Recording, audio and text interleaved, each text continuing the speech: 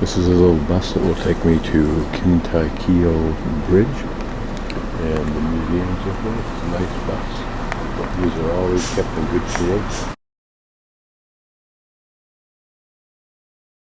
I'm now at the Kintai Kyo Bridge. Just to summarize this, so I'll have the facts when I get ready to dub this in if I need to. Constructed by Hiroyoshi Kikawa, the third of domain lord of Iwakuni, in 1673, because the bridges had continually been carried away by every single flood of the Nishiki River. His innovative ideas and the sustained efforts, which means they kept trying, of his servants, created the bridge that lasted quite a bit of time until September 1950, when, after Typhoon Kisia, it was carried away. After that, it was reconstructed in 1953, and then was rebuilt in 2001 through 2003. And here we have the famous bridge.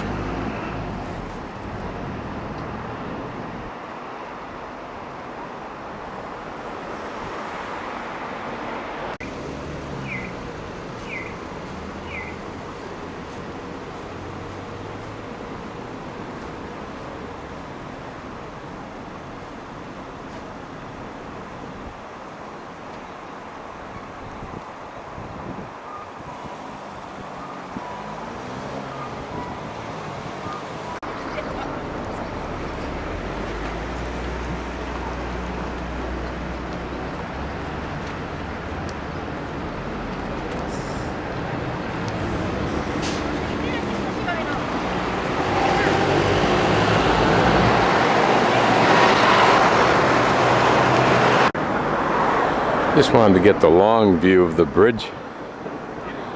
You can see those arches a little bit better.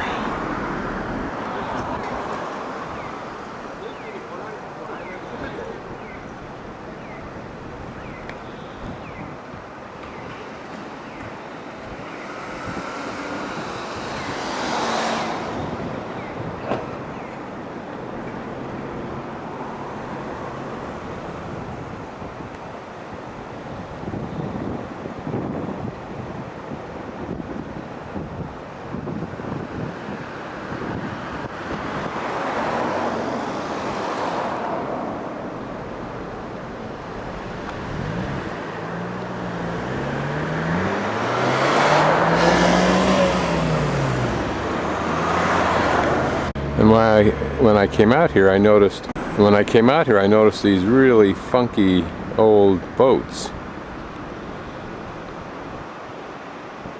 Can't tell if anybody's living on that or not.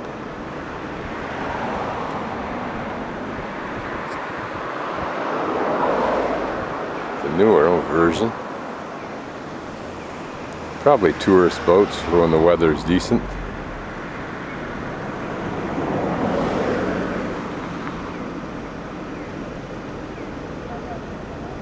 These kind of look like the boats I was in Indonesia. I'm guessing they're local fishermen's boat. Maybe they pole through this river. It's not that deep, perhaps. One of the funny things, you have to pay 300 yen to go over the bridge. Is no surprise, but it's a round-trip ticket, and you can only buy a round-trip ticket. In other words, they don't care if you walk or swim back. You can see here what we have is a small steps made out of planks, and then at the top here, it's just smooth planks laid side to side. How much of a facsimile this is to the original bridge, don't know, but you can see these are held together, at least here, with the old technique. Climb to the top takes about 30-40 minutes. Two options: straight up trail underneath the cable, very hard, doesn't recommend it, or a road that's a little bit gentler going up this way.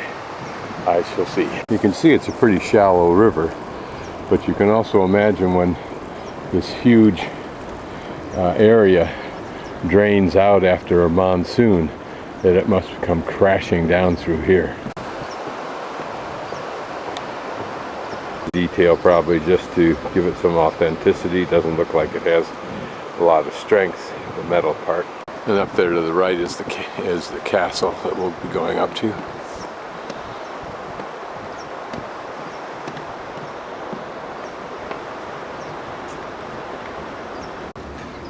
think the cherry blossoms must have already come and gone here.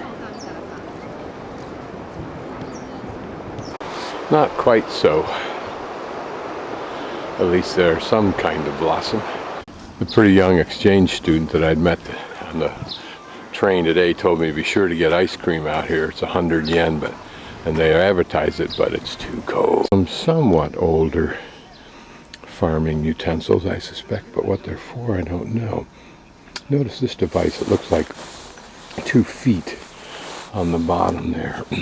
Maybe, and they're rusted heavily, so perhaps they're part of the rice culture.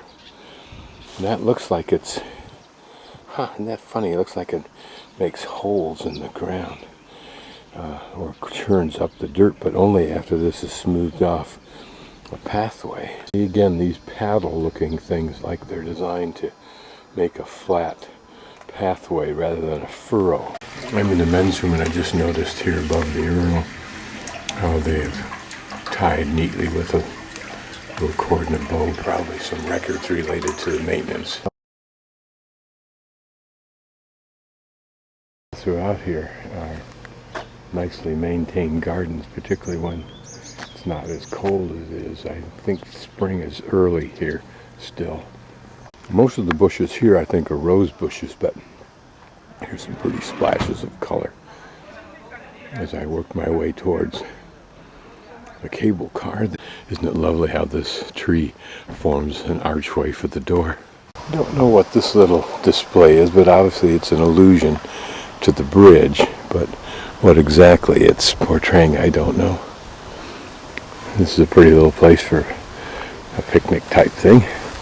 And what's cute here are these water features that are like mini moats around that garden area there, which may at some earlier time have been more than merely a garden.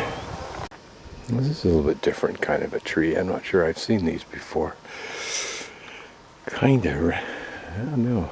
I think those are lichens. They're not really bark. I don't know what this structure is unless it's simply for observation, but it seems too well constructed for that, too large. Maybe it controls these water systems. I disturbed who was perched up near. It looks kind of like a shrike, but the beak I don't think is that. From these fountains, water sprays here, collects and then runs down through this channel, this kind of simulated river, if you will, and then probably into the water. Here are more of this elaborate water system. It must just be for aesthetics, because I can't see any related function.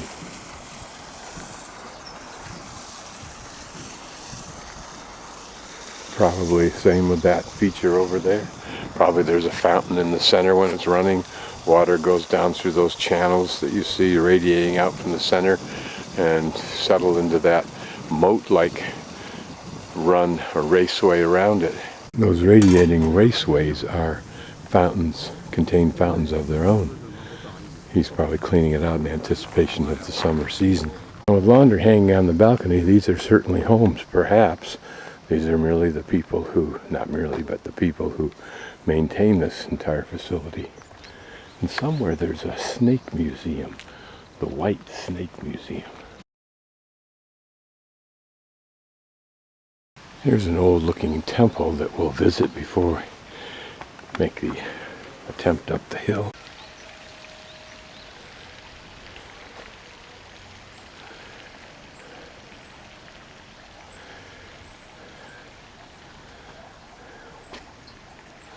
And this purification trough looks quite old. The irony of the Japanese lack of paint and extravaganza is that age is inherent in the weathering, whereas with the Chinese, the only time you're sure that it's really, really old is if for some bizarre reason they didn't maintain it.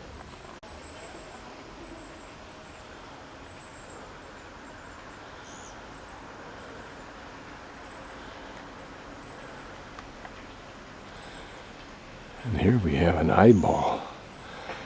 not want us to miss this.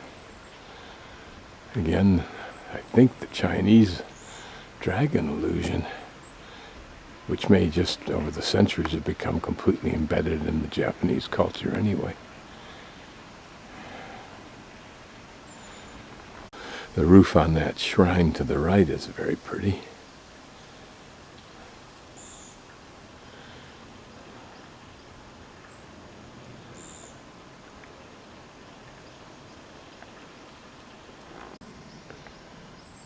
Another purification trough. These quite elaborate devices, they look like they have bells on them, but I don't know if people ring those if they are bells. They're the design we're used to. And these, I think, are simply incense burners, but probably act as mini shrines. In other words, you might, depending upon how much in need of merit you feel you are, go down and put incense in each of those. And of course, here are the totems that people leave. They're little comments on pieces of paper. And notice they've gone branching well off of the stand that was made for them, and they're now embroidering this tree. Here at least we have one little fountain. Pretty old bridge. And behind it a nice building. Enough stalling, now I have to find the trail. Be a trail, but it may only go up to this, alongside the shrine we just visited, and up to this other building I hadn't noticed, which is even more interesting looking. Notice how it's cloaked in some kind of cloth. That's the nicest old one I've seen.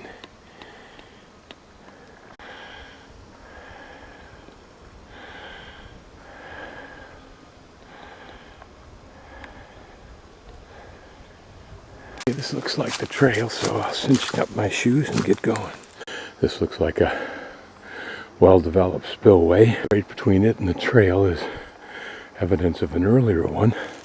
There are probably many to control the steep, high-speed rush of water. So the trail had a juncture there. That trail, not as well developed as this one, would take you directly up underneath the tram, it looks like. Takes us in a more gentle way up to the castle itself without going to the top of the tram. Just going down now, so I'm going to run the risk and take this side trail. There's a little halfway stopping point for what is quite a steep and somewhat gnarly but not bad trail. Not used very often.